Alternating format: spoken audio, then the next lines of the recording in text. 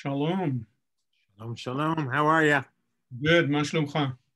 You know, Zimamash shit show here. What can I tell you? Yeah, I heard it's a balagan, especially around you guys. Is balagan. Yeah, no, it's funny. Like I don't necessarily feel anything or notice anything, but it'd be really nice for him to just step down at this point, like, and say that he won, because the tension is building for sure. So, and then no, I was talking also about the COVID. I heard that. Well, and the COVID cases are shooting through the roof. Can. And it's, especially like, actually, it's quite ironic, and we'll go into them, whatever, in a minute. But like, the group of people that you have on now are people that are preparing to be locked in their house for 4 months. Yeah. So it's people are emotional and sort of at their wits' end anyway. And it's, How is COVID by you? It's, so far so good, as we say. It's coming down a little bit. No, it came down after our 3-week lockdown, but now it's slowly going up, but it's expected because the kids are back in school and all that kind of stuff. But yeah, BB's promising vaccine to everybody. I'm hoping. Oh, is he? That's nice. Yeah. Listen, I've had more faith in Israel than I have in the U.S. So I like. When Maya was at Heller High, we were like thinking about how to get her home, and Stacey and I both were like, you know what, leave her there. She's better off. And we had to bring her home in the end, but we would have left her there. Hey, there's room for you. You can come and join us. Well, I think this summer we may end up there, so we'll see. Yeah. Yeah. Right. Well, I'm hoping that I have a little time off this summer. I'm hoping that I'll make it, but we'll see. I didn't buy my ticket yet. Yeah. We're planning to send the kids to camp because they missed it this year. So, I mean, who are you planning to send them for? You or them? Good question. Good question. No, they need. I mean, they need camp. They really do. They need just normal people and kids and outside. And they need interaction. I mean, that's the biggest problem. Yeah. No, absolutely. All right. Let me let the Jewish people in. Yeah. But it's nice to see you. Good to see you too. I didn't forget about information about the Hanukkah. We're working on it tomorrow. We're Israelis. We don't think that far ahead. So no, it's okay. No problem. Yeah, beseder. Yeah, beseder. We once had a meeting with oh my God, what is her name? The very famous Israeli woman who's like Reform Judaism in the Knesset, Anat Hoffman. Anat Hoffman, yeah. So we once had a meeting with her, like at HUC. Hey, Karen. She gave an hour-and-a-half lecture on women's rights and how important and she ended the whole lecture by saying, "But when there's peace one day, then we can worry about those things." And it was like, no, you can't say that. You can't say that. Good afternoon. Shalom, everyone. Hello. Nice to see everybody. Welcome back. Nice to see everyone. Oh, Julie Levitt is a brave woman. She's outside. It's beautiful out there. Windy though. It's a little windy. It is. I took a nice walk this morning and I had my winter hat on. About the same. It started raining here in Israel. It was a few rainy days. But but you get excited about that, right? Yeah, listen, we Jews pray for rain, I know, I can't wrap my head around, like, I've never had a time in my life where I've been like, oh my God, so great. It's rainy today. Right. Well, the farmers need the rain. It rained a lot actually in the Golan and the Galil. So it's so loud. The Kinneret is filling up. It's not your fault. Yeah. Very good. Shalom, everyone. Hello. While we're waiting 1 second, I started watching a series. I don't know if anyone has HBO Max. Hold on, Israel. I'll tell you the name while we're waiting 1 minute. Valley of Tears. That's exactly it. Thank you. I just couldn't remember. Valley of Tears. About the war, and actually, it's so far it's well done. We watched the first episode in English and I hated it. And then we turned it into Hebrew with the subtitles and it was better. It's weird to watch the English with no accent. Like it needs a little Israeli. Like it didn't have any Israeli in the English. That's cool. Yeah. So listen, if you need some Israeli accent, I can do the next session. No, it's very nice. It's okay. Thank you. Yeah, it's a cool new show. I'm actually planning to do a presentation about helping people understand a little bit about the Yom Kippur War, and we'll be talking about that. Our last session is going to be focused on the modern wars, and we'll talk about that because So that's on it's HBO Max. If anyone has that service, I don't know how many television services you have, but that's a new one that we get with cable. So. Pastor, what's that? There, I'm in.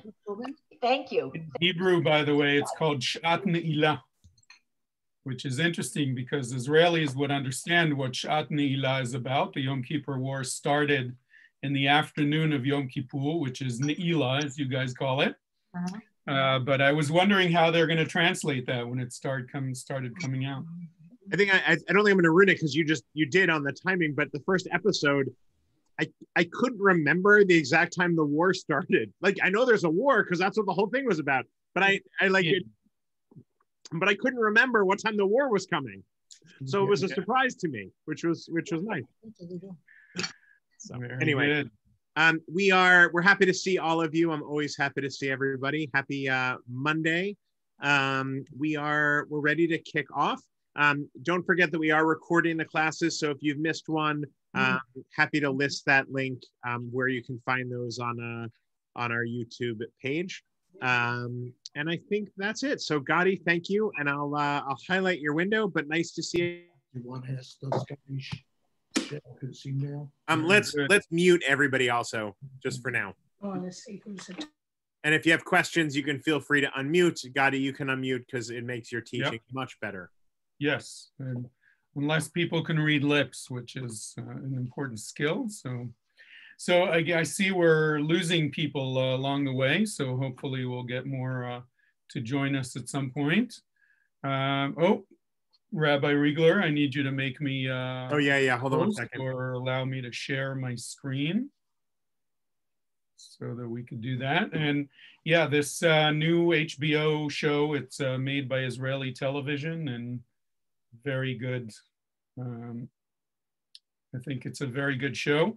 It's very interesting because a lot of Israelis feel that is an issue that's difficult for us as well. It was I compare it a lot to the Vietnam War in terms of what it did to the society in Israel. So it's I think you'll enjoy it if you get to see it. Okay, but that's like the Vietnam War, except it came to your doorstep. Yes, which is a little different. So yes, definitely different, and it was a war of survival. But in terms of the way society looked at it, and it's an interesting thing. Anyway, so here's our topic for today. So we'll start just a review of what we were talking about. This is, believe it or not, our 4th meeting. And just to review, we started around the time of Abraham, roughly 4,000 to 5,000 years ago. BCE is before the Common Era, although these days we also use BC as before COVID, but that'll be, eventually we'll have to use that. And then 1000 BC, we have David conquering Jerusalem and Solomon builds the first temple. But then about 500 years later, the Babylonians take over, conquer Jerusalem, destroy the city and the temple. What day of the year? Anybody remember the day of the destruction of the temple? Surprisingly, both temples Tisha B'Av. Destroyed on the same day. Tisha B'Av, that's right, the 9th of the month of Av. And the Jews are exiled to Babylonia, and there we eventually come back, led by Ezra and Nehemiah, 530 or so, and rebuild the Second Temple version 2.0. And then in 167, we have these guys, the Maccabees, that fight against the Greeks that took over. Forgot to mention that Alexander the Grape, who has a big grape on his head, took over in 332. And then 167, the Maccabees, their real name is Hasmonean, a little difficult to say, so we just call them Maccabees. And they rededicate the temple, perhaps Second Temple version 2.1. And then the Romans come in, and the Romans appoint a guy named Herod Herod is an important dude in our story because he rebuilds the temple in Jerusalem, Second Temple version 2.4. So a lot of software updates and a lot of revisions.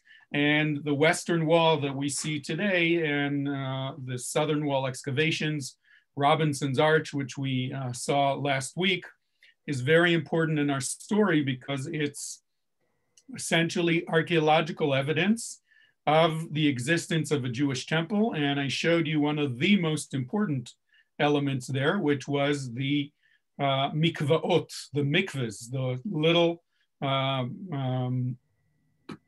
collecting water, these little ponds or pools that basically allow the Jews to purify themselves before they go to the temple. And that is a very specific Jewish thing. So in the archaeology of the conflict, that's an important thing to remember.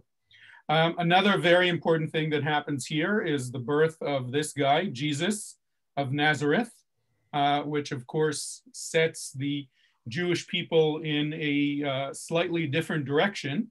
We'll talk about that more today. And in 766 CE to the Common Era, we have the great rebellion of the Jews against the Romans. The rebellion does not end well because we have in 70 the destruction of the temple in Jerusalem. What day of the year? Tisha B'Av, surprisingly the same day that the first temple was destroyed. And the time period we're going to talk about today is after the destruction of the temple in Jerusalem, leading to the Byzantine period, more about the Byzantine soon, and then the early Arab rule or the early Muslim rule. And eventually in 1099, the Crusaders come in. And in 1291, we have the Mamluks and the Ottomans. And the Ottomans are here for almost 500 years where not much happens in this land until they lose to the British in World War I. And then the British come in for a short period of time and the state of Israel. So our next few sessions, the next one and the one at the end, will be focusing more on modern issues of the conflict.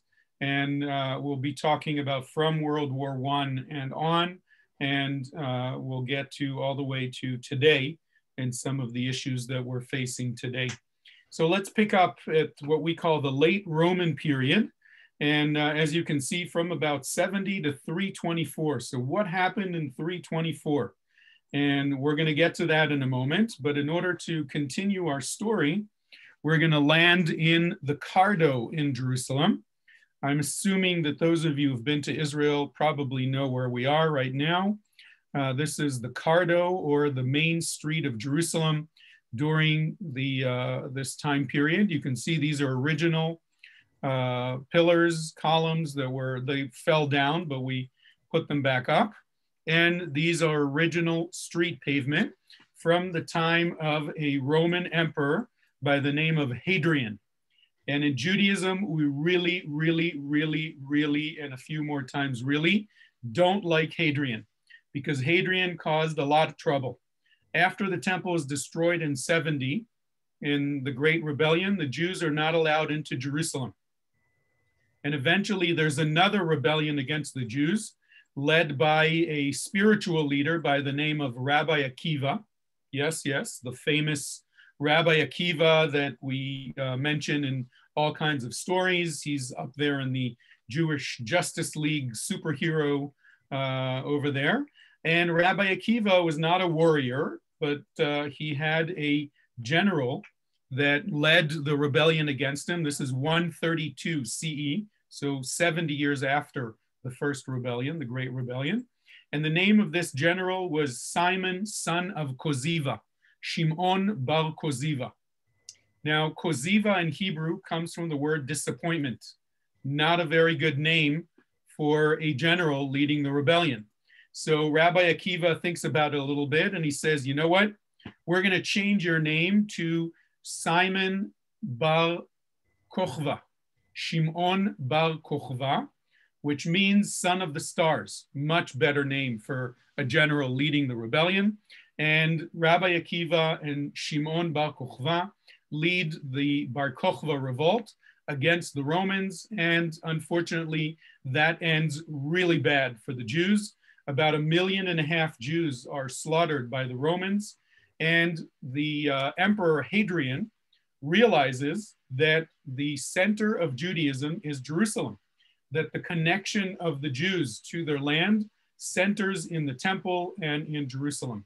So he demolishes Jerusalem completely, levels it, rebuilds it, and you can see that the Cardo, this street, is essentially from the time of Hadrian. This is the Cardo with the shops that some of you also recognize. And I think there's a few more of them. Here's another section that was open air. And most of what we see here is from the time of Hadrian, after he rebuilds the city and calls it a new name. It's no longer known as Jerusalem. It's known as Ilia Capitolina, okay, the new free city. And he also realizes that the connection of the Jews to the land is the land of Judea, or the area where Jerusalem is. And he asks around a little bit. This is a urban myth, but it's, oh, that's a good picture of the Cardo. It's an urban myth, but probably has some validity to it, that he wanted to really make sure that the Jews don't stay connected to our land. So he asks around, he says, who are the nemesis, the bad guys that the Jews are always fighting?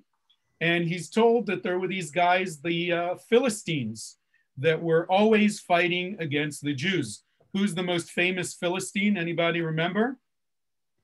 A big giant that fought David. Goliath was a Philistine. But we hear throughout the time of King Saul and King David that Samson was fighting the Philistines. So he decides, Hadrian, back to Hadrian, that he's going to change the name of the region from Judea to Palestina, probably connecting to the Philistines. And since then, the region is known as Palestina.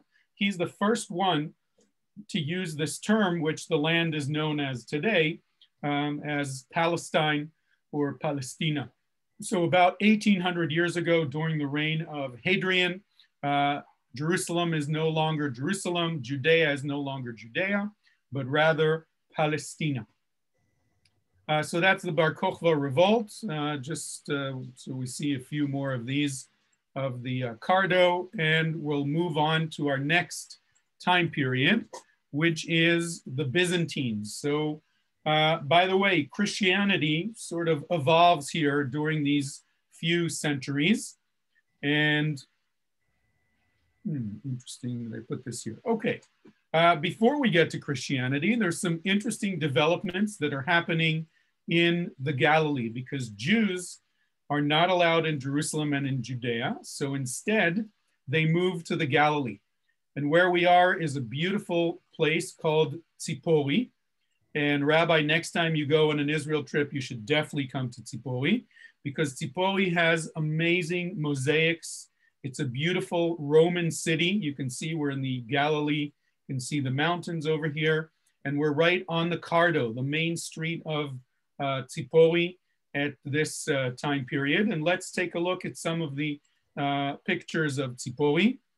Here's the Cardo once again. One of the interesting things that were found here, and you can sort of see that this little area is roped off. They found a carving or a graffiti, essentially, of a menorah. And a menorah is a picture that or a symbol that Jews, only Jews used at the time. So it's obviously means that Jews were there. But look at these amazing mosaics. This is a mosaic depicting Dionysus having a drinking competition with Hercules, another guy. And they get drunk, and you all of the stories of the Greek gods. But this is interesting because Jews are not allowed to have pictures of people or animals. And to find this in the city means that maybe it wasn't really Jews that were living here. And the most amazing mosaic is this woman. She's known as the Mona Lisa of the Galilee, referring, of course, to Leonardo da Vinci's Mona Lisa. It's a modern term, but this is a very beautiful mosaic. It's using the whole mosaic floor. It's part of this that we saw before. It's like over here on the left. This whole floor is using 1.5 million little tiny stones with 27 different shades of color. And it's just an amazing mosaic floor. Another thing that was found in Tzipori is a synagogue. And you can actually see over here, we're going to have a close-up in a minute. You can see there's a menorah at the top of this mosaic. There's a zodiac and a few other scenes. So since it's hard to see, well, this is not that easy to see either. But the elements that we see here are important. We see a menorah, which means it's definitely a Jewish building. But we're a little puzzled because we see people and we see a zodiac. And in the middle of the zodiac, believe it or not, is the Greek sun god Helios. Now, there's a question here of, is this a synagogue or not? And why is that important? Because one of the reasons that we think or want to show that Jews lived in Tzipori is because according to this book, the Mishnah, a guy named Rabbi Judah the President, Rabbi Yehuda Nasi, lives in Tzipori. And here he puts together around the year 200 CE or AD, the 6 volumes of the new definitive book on how to be Jewish. It's not a new book on Judaism. It's a new book on how to be Jewish. 6 volumes are organized by different topics, and it's known as the Mishnah. Why did we need a new book or a new version of how to be Jewish? Because the Torah, or the original, is talking about a temple in Jerusalem and about how to sacrifice and how many times to go to Jerusalem during the year on the pilgrimage holidays. A lot of things that are connected to the existence of Jerusalem. Here we are, about 100 years after Hadrian, 70 years after Hadrian and the terrible Bar Kokhba revolt, and we need a new version of how to be Jewish. We need a new guidebook on how to be Jewish, and that's what Rabbi Judah the President is doing, putting together the Mishnah or codifying the Mishnah. 300 years later, we have another book called the Talmud that's put together the next version on how to behave as a Jew, because we feel that the Torah is outdated in the sense that there's no temple and there's no Jerusalem and there's no access to those things. So Tzipori is mentioned in Jewish text, and when it was excavated, it was very important for us to show that there is Jewish presence here in the Galilee. Excellent. Moving forward to the Byzantines. So this dude over here, anybody know who this is? Just kidding. Obviously, this is not an accurate depiction of him. This is a guy named Constantine. And Constantine is the Roman emperor during the 320s AD or CE. And Constantine and his brother have a lot of fighting. And eventually they split up the Roman Empire to the what's known as the Holy Roman Empire, or the Western Empire centered in Rome. And Constantine takes over the eastern part of the empire, which is centered in a city called Byzantium. And he comes to the city of Byzantium and changes the name of the city, named after himself, of course. He changes the name to Constantinople, which I'm sure many of you know where that is today. That's Istanbul in Turkey. And Constantine does something very interesting. He realizes that in order to connect his empire, he needs to have a religion that would be easy to follow and that would be unifying the entire empire or the Roman Empire. And he chooses Christianity as this religion. So Constantine changes the religion of the Roman Empire to Christianity. His mother, Helena, comes to the Holy Land to identify locations where the stories of the New Testament, the Christian Bible, took place, where all the miracles that Jesus performed and so on, where they were. And she is responsible, this is about 326, 327 CE. She's responsible for all of the identifications, most of the identifications of all of the Christian sites in the land of Israel. This is important in the archaeology of the conflict because the Christian world now has an interest in this land as well. And of course, this interest continues all the way through the ages, even to modern times. Anybody know where we are? This is definitely not a place that you go to on Jewish tours, unfortunately, although maybe you should. We are at the church. I'll give you a hint. Oh, it says so on the thing, duh. Anyway, we are in Bethlehem. This is the manger square of Bethlehem. It's probably coming up on Christmas. Not sure when this picture was taken, but this is Manger Square. Remember this mosque, because I'll talk about it a little bit later. And why did I stop here? Because this structure is one of the only ones that remains from the time of Helena, 325 CE, 1700 years ago. Most of the churches built by Helena during this time period are not around anymore. And you can see these elements over here, and most of this wall, as well as over here, are remains of the church built by Helena. We have anything interesting in here? I don't think so. Here we go. This is not so exciting times. And inside, a lot of these pillars and a lot of what you see on the roof, a lot of it is built by the Crusaders later on. We'll get into that very soon. This is the Catholic side. This is where on Christmas Eve, the midnight mass is broadcast all around the world. Very hard to get tickets to get in here. We've tried a couple of times for some of our clients, for tourists who were here. And the world becomes Christian. Another element which is important for this story is the Church of the Holy Sepulchre in Jerusalem, but none of it is from this time period, so I won't get into it. So the world becomes, the land of Israel becomes Byzantine, or under the control of the Christian Romans, the Byzantine Empire. One of the interesting things that we found, not in Israel, but it has a lot of influence on the archaeology of the conflict, is a place called Madaba.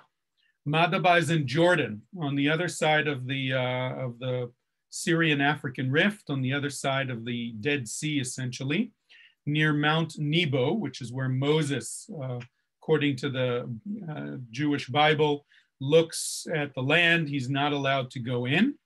And in this church, it's a Greek Orthodox church, about 150 years ago, they did some renovations and they lifted up the floor. And look what they found. They found an earlier version of the church, earlier version of the floor. And what they found is an incredible mosaic map of the Holy Land. We'll see in a moment what this map looks like. But just so you understand, this is Jerusalem. This is the Dead Sea. You can see the Jordan River over here flowing into the Dead Sea. Here's some pictures when it was found from about 100 years ago. And today, it's a very important archaeological find. Why? Because you see all of the numbers that are listed on here and a lot of names in Greek and in Latin that allows us to understand where some of the biblical sites, biblical stories, as well as later historical sites, where they were. And it helped historians and archaeologists in the modern era identify some of these places. One of these examples is over here. I think it's in the next picture. No. One of these places is right over here, which is where most of the Christian world believes John the Baptist was baptized in the Jordan River. But the most important find for us is this, numero uno, number one on the map here. And here's a close-up of it. And this is the city of Jerusalem, an urban planning map, essentially, from about the year 600 or so, done by these priests that made the map of the Holy Land in the church in Madaba, which no one knew about until 150 years ago. They did renovations and they lifted up the floor and they found the floor from about 1400 years ago. Very cool. Look at what this is. You see this? There's a street in the middle with the pillars. What is that? Any guesses? Hint, we just saw it in the pictures. This is the Cardo, still built by Hadrian 400 or 500 years earlier, the colonnade street. There's a very big building over here, which is the Church of the Holy Sepulchre, the Church of the Holy Tomb, built by Helena about 325. So this is 300 years later, and this is still in existence. And at the end here is a big square with a pillar on it, which was probably the victory pillar, victory column of Hadrian. It used to have a statue of him up here, but not anymore in this map. What's really interesting in this map, and that's more what we don't see. By the way, in Greek here, it says the holy city of Jerusalem.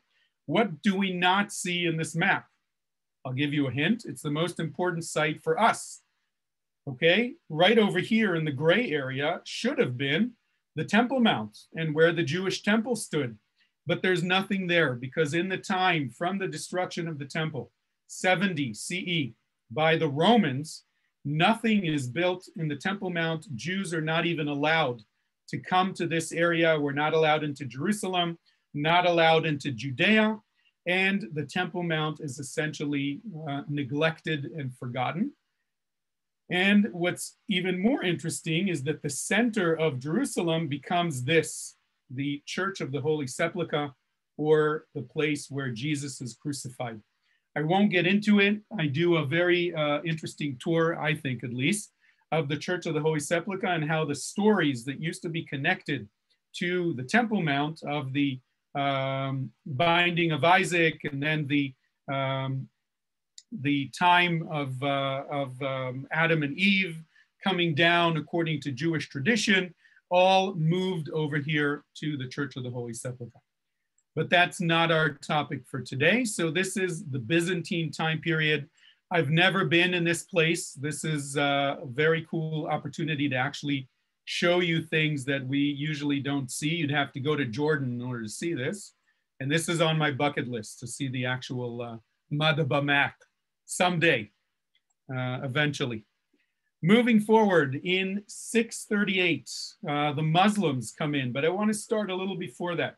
610, a guy named Muhammad is living in Mecca in the Saudi Arabian peninsula of today.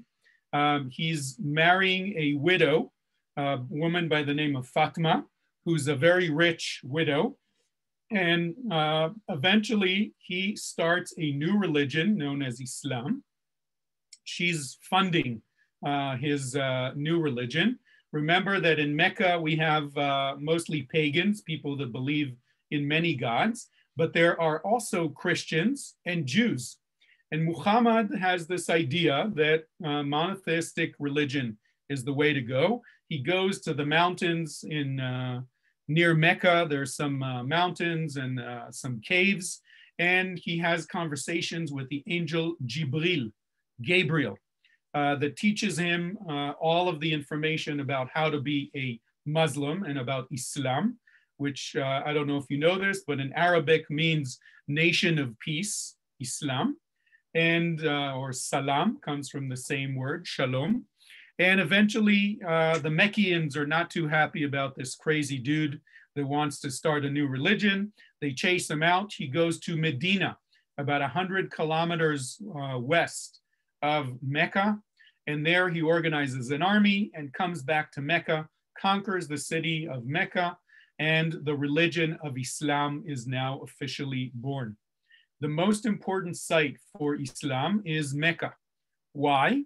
Because now everything I told you, by the way, right now about Muhammad and Jibril and the creation of Islam is based on the holy book of Islam known as the Quran.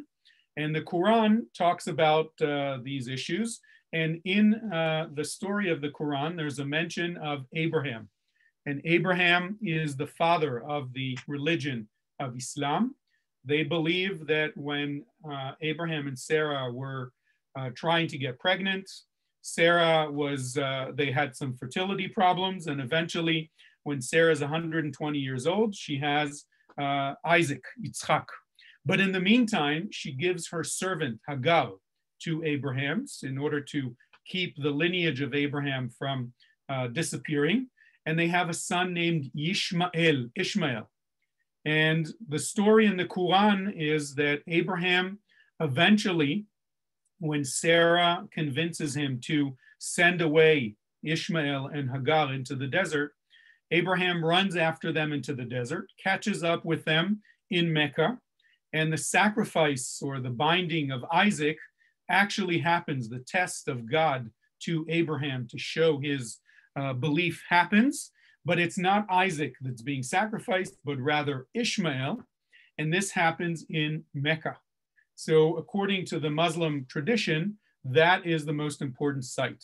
The second most important site for Islam is Medina, where Muhammad lives and where he's buried. He hated Mecca and did not want to be buried there, so he's buried in Medina. And the third most important site for Islam is Jerusalem.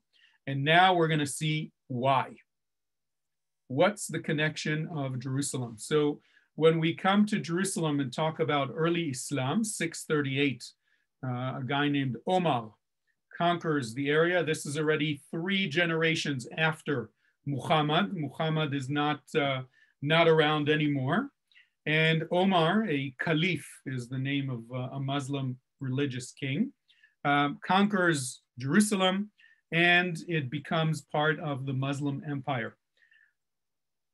At some point after Omar, the area is divided. The empire that's conquered by Omar is divided, and Jerusalem becomes part of the Umayyad empire. There's the Abbasid and the Umayyad empires. They split up. Don't worry about their names. They won't be on the test. But what's important to note is that these, the Umayyads that control Jerusalem and to the north, they're centered in Damascus. Their people can't go to Mecca and Medina anymore because there's clashes between the 2 pieces of the empire. So in a response to that, the king at the time, a guy named, Omar el-Kitab, Omar el-Kitab decides to create this building in Jerusalem called the Dome of the Rock, as you well know. And in it, we'll talk in a minute about what's in there, but this is built around 690 or so.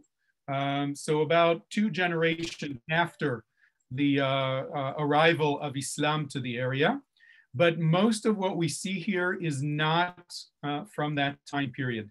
A lot of this building is renovated. A lot of the blue and the gold is 20th century. The bottom layer maybe dates back to 700 or so when this was built. But the foundations of this building are the earliest ever, or the earliest building that still stands in the Middle East in this area.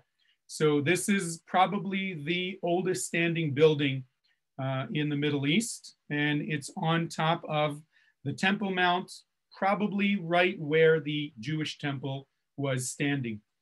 Some of this stuff, as you can see, is later on. I can tell you, look at this red and white. We'll talk about this soon. It's called the Ablak. And of course, he builds another structure, which is known as the El-Aqsa Mosque. What's the connection of Islam to Jerusalem?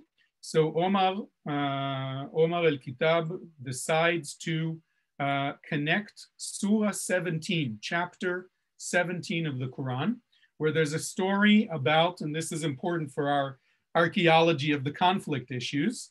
The chapter talks about a night journey, a dream, the mirage it's called sometimes, that Muhammad has. He dreams, he's asleep in Mecca in his bed. He dreams that he ggets on his winged horse called El-Barak, that takes him to El Aqsa.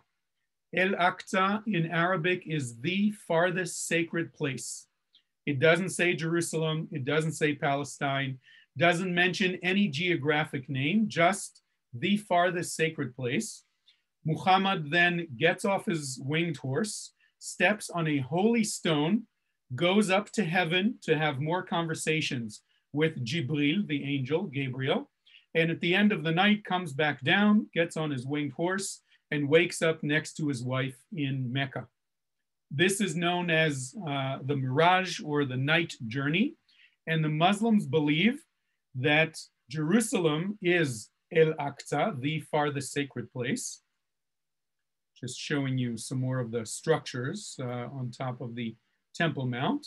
And the Muslims also believe that the holiest site, or this sacred stone that Muhammad steps on to go up to heaven and to see Gabriel, Jibril, is the same rock that the dome of the rock is covering. And that is the same rock that Jews believe is the place, the rock where Abraham sacrificed Isaac, or almost the place where Adam and Eve were brought down when they committed the sin and were banished from the Garden of Eden. That's where they started their life. That's why it's called the foundation stone. And it's exactly the same stone that the Jews believe is sacred to them. Complicated. Did I say complicated yet today? So here's complicated. I don't remember what other pictures we saw here, but this is inside the mosque and very cool stuff. So unfortunately, this place today is controlled by Israel, but the people who are in charge are called the Waqf. The Waqf is a group of clerics or ministers, equivalent of rabbis or priests, that are in charge, and Israel has a lot of issues with them. I'll save this for our last week because there's a lot of issues connected to this place. But early Muslim period, Omar al-Kitab, this is the guy who builds the Dome of the Rock. Okay, I'm continuing. In 1001 actually, there's a Muslim king that rules from Cairo that decides that it's time to destroy all of the churches that during the beginning of Islam, the Christians and Jews were allowed to continue to practice their religion. We had to pay an additional tax to be able to do that, but the Muslims were tolerant of these two monotheistic religions because we sort of were halfway there. We didn't agree who's Allah, who's God up there in the sky, but we were monotheistic. So Jews and Christians were allowed to continue to practice until 1001. This king destroys all of the churches in the Holy Land, including the Church of the Nativity, where Jesus was born in Bethlehem, that we just saw a few minutes ago. And that the news travels to Europe. And in the year 1099, the Crusaders come into the land, and they come to free the land from the infidels, from those infidels, the Muslims. And two very important archaeological sites in Israel are Caesarea and Akko. So this is Caesarea. I deliberately wanted to see this from above because I wanted to show you the moat. You see the moat over here? See, it goes all the way around. This is the Crusader city of Caesarea. Notice that a lot of it is not excavated yet, which is kind of interesting. What's wrong with a moat in this part of the world? What's the problem with a moat? You don't want to waste your water, your drinking water, on filling up the moat. So here they actually filled it up with ocean water, or Mediterranean. And some of the archaeology that we can see is the gate. This is the entrance gate to Jaffa, to Caesarea. And we know this is Crusader because of these Gothic arches. This is very high arches. This is very much a style of building from the time of the Crusader. And here's the moat that was excavated. These are all Crusader walls that still exist today. Another, by the way, one of the things I wanted to show you here is that when Caesarea was built by Herod, by the Romans, the area of the city was actually over here. Okay, the theater of Caesarea, if you've been to Caesarea, you know what I'm talking about over here. And the hippodrome, the chariot races, bathhouse, this is mostly Roman, but when the Crusaders come in, they use the port built by King Herod, and that's the part that's important for them. The Crusaders are only here for about 150 years. And this is important because eventually the Muslims pushed them out. We'll talk about that in a moment as well. This is one of my favorite cities, which doesn't get visited much, unfortunately. This is Akko, or Acre. And Akko is very famous for its beautiful views. The walls of Akko are still around, even though they're Ottoman. But here you can also see the moat from the time of the Crusaders. And in here, there's some of the most important archaeological finds from the Crusader period. And that's known as the Knights' Halls, Ulamota Abirim. And look at these incredibly huge columns. And you, again, the Gothic arches up at the top. Some of these structures, we believe, were 3 stories high. The Crusaders knew how to build up. And in order to hold 3 stories of stone structures, they didn't have steel beams at the time. So they needed really thick columns, really thick pillars. Here's some more examples of these structures. And here, what we've excavated, and I want to show you one more thing here. What we've excavated here is mostly the complex of a group of knights called the Hospitallers. The Hospitallers were the Red Cross of the time. They were tending to the wounded and taking care of all of the injured. Unfortunately, their knowledge of medicine was really bad.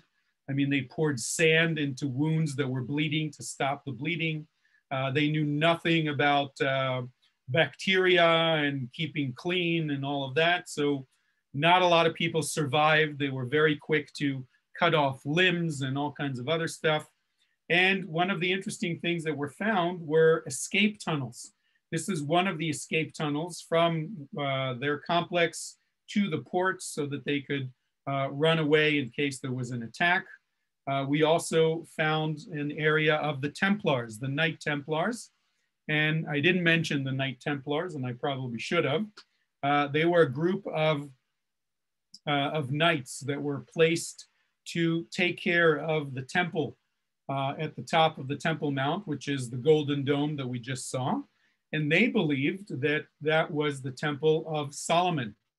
And these guys, that's why they were known as the Knights Templar, the defenders of the temple. We don't really know what happened, but somehow one morning they became really rich. And one day they said, enough of this nonsense, we're going back to Europe.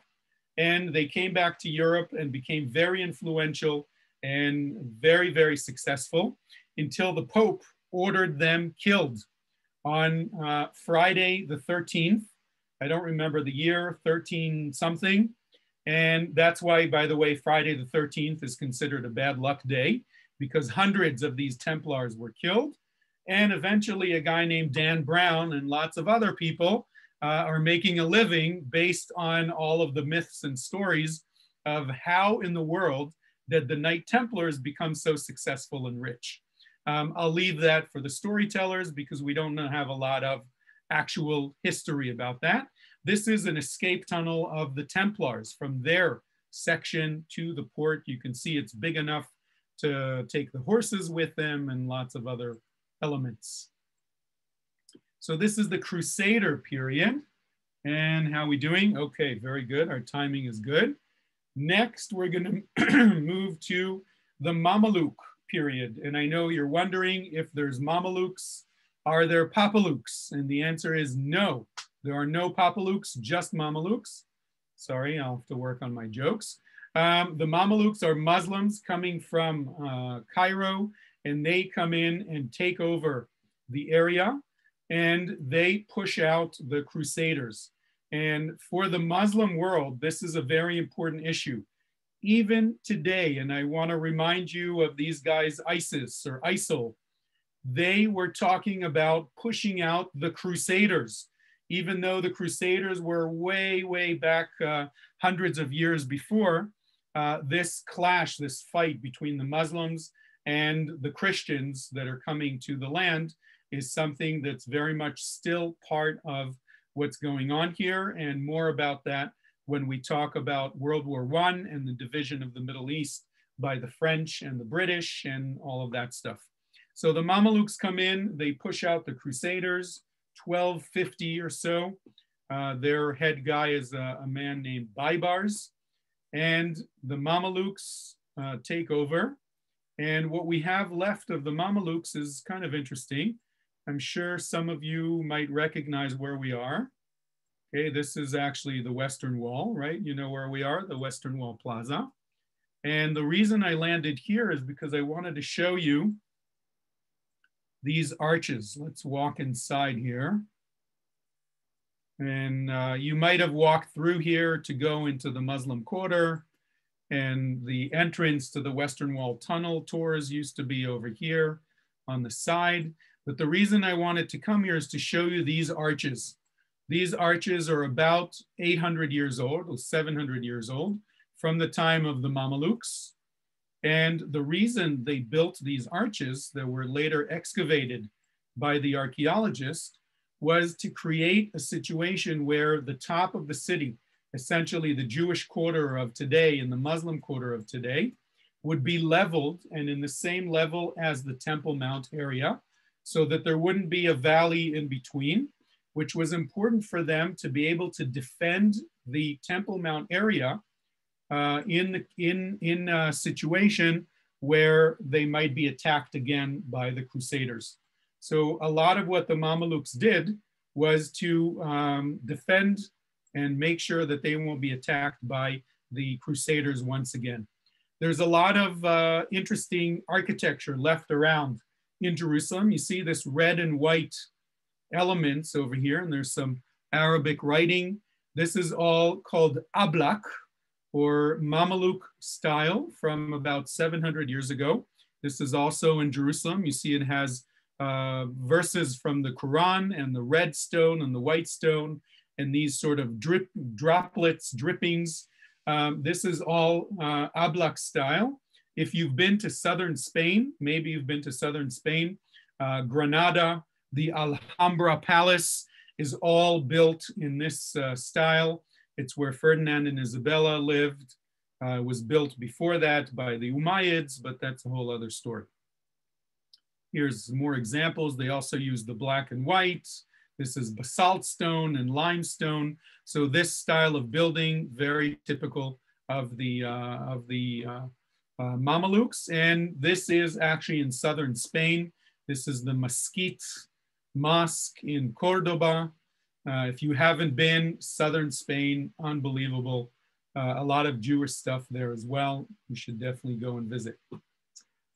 Or maybe we'll do a virtual tour there. That's a very cool area. So after the Mamelukes are there, oh, we have one more place that I thought would be interesting to show all of you.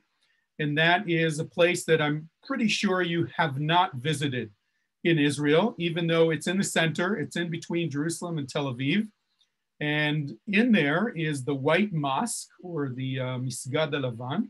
And this structure is the minaret of the White Mosque that was in Ramla. Where is Ramla? It's near the airport, between Jerusalem and Tel Aviv. And look at the size of this mosque. Today it's not excavated.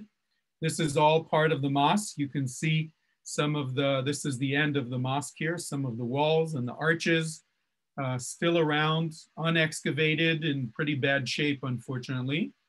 And this is an important stop because I want to talk here about the connection between archaeology and politics. Here's a picture of this minaret a little further out. You can actually go up to the top and take a look and have a view. This is some of the arches and the structure. And this is from the top of the hill. This is from the top of the tower. This is basically what it looks like. Ramle is a mixed city that's both Arab and Muslim, Christian, and Jewish. And what's interesting about Ramla is that the Mamluks made Ramla the capital of their kingdom, not Jerusalem. Ramla was the main city in that area. By the way, to differentiate from Ramallah, very different cities. This is Ramla and there's Ramallah, two different places. But I wanted to point out that this is not excavated. Why? Because the state of Israel pays and funds most of the excavations in the land of Israel. We are not interested in the Muslim period. We are, but we want to spend our money in excavating some of the elements that are important for our narrative that can show archaeological evidence for our existence here in the land before it was taken over by the Muslim world.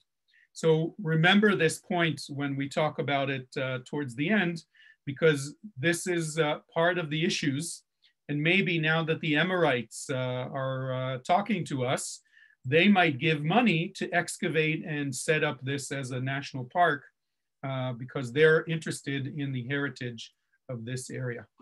And finally, the last time period we'll talk about today are the Ottomans. This is Ottoman, or the general that conquers the area and becomes the Ottoman Empire, a very, very successful. The Ottomans are from Turkey. His name is, the main dude that conquers the area is Suleiman the Magnificent. He's also very modest, obviously, and he conquers the area. And what he builds in Jerusalem, we see a lot of these walls are built from the time of Suleiman. We're at Jaffa Gate. And of course, the Tower of David is part of that. And all of the walls that you see in Jerusalem today are from the Ottoman period. So there's a lot left over from the Ottomans. By the way, this part, which I don't know if you've ever noticed, this is part of the Crusader walls of Jerusalem. Okay, thank you for listening, my friends. I hope it wasn't too difficult for you. I think we have a few more minutes for questions if there are any. So please, if there are any questions, I'm happy to answer them. Let me see if there's anything in the chat. I think Lisa has a question. Yeah, I had a question. When we were in Akko, the fort that you were showing us, didn't that also get used during World War II and after for holding prisoners? Was that that was the same fort? Yes. The picture you saw is the jail that was built by the Ottomans and eventually used by the British. And the scene in Exodus where Ari Ben Canaan breaks out some of his buddies from the jail, that is that building. That's a real story, by the way. That did in fact happen. Most of the movie of Exodus is iffy. It's a good movie, but it's not completely based on facts. More questions? The bars, did you have a question? Somebody asked the name of the Valley of Tears was the name of the HBO special. Very good. Any more questions, my friends? Bars, did you have a question? No? I saw you unmuted. I have a comment. Yes. I thought today was wonderful, very interesting, and I'm looking forward to our next session. Thank you. Thank you very much. I appreciate it. I'm glad some of my loyal followers are here. That's good. I think someone has a question, but they're breaking up, so I can't. I think it's the bars. Maybe if you type it in the chat, the bars, because we're having trouble hearing you. Yeah. You have time for a question here? Yeah, go ahead. Okay. What was the population like at the time, say, 50 years or 100 years after the Muslim invasion. I mean, a lot of people converted to Islam from Christianity and from Judaism, but I'm curious as to what the mix was, say, 50 or 100 years after the Islamic conquest of what was then Israel. That's a good question. I'm not an expert on this time period, but what I do know is that during the Muslim conquest, the early Muslims, Omar, the guy who conquers the area, was very respectful for other religions. So as far as I know, there weren't forced conversions or anything like that. But the Muslims did, in some time periods, in some areas, were not too tolerant of the Jews. But in terms of conversions, I don't think there were a lot. But I do know that many Jews during the later period, 700s, 800s, living in Baghdad, later on in 711, which is an easy date to remember, the Muslims invade into Spain, the Iberian Peninsula, and the Rambam even talks about Jews converting into Islam. So there is some movement in that sense, but I can't tell you the actual numbers. I'm not sure. I can check for next time. I'll look it up.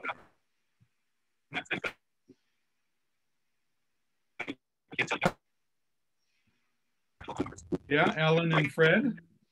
Rabbi, do we have another minute? Yeah. Okay. Ellen and Fred, you had a question? But you're still muted. You're still muted. Did that work? Yeah. Okay, thanks. The archways and the escape tunnels that were found, were they intact, or are what we seeing reconstruction from the materials that were left there? Most of what you saw is intact, was excavated that way. The escape tunnel, the stuff in Akko was definitely intact, and a lot of it was covered up deliberately by the Ottomans to make essentially a courtyard for the jail, which was lucky for us because a lot of it survived later on when the state of Israel started excavating. Most of what you saw was original. Excellent. Robert, I'm sorry I didn't answer your question. I'll look that up and give you some more information next week. Thank you very much, everyone. Well, not next week. When? Let me just double check. 2 weeks. Next time we're 2 weeks. 2 weeks. 2 weeks. 2 weeks. Excellent. Yeah. We will see you after our big Thanksgiving fiesta, and we'll see each other again soon. Have a wonderful day, everybody. Thanks, Gadi. Shalom, y'all. Bye-bye. Bye. Thank you. Thank you, Gadi.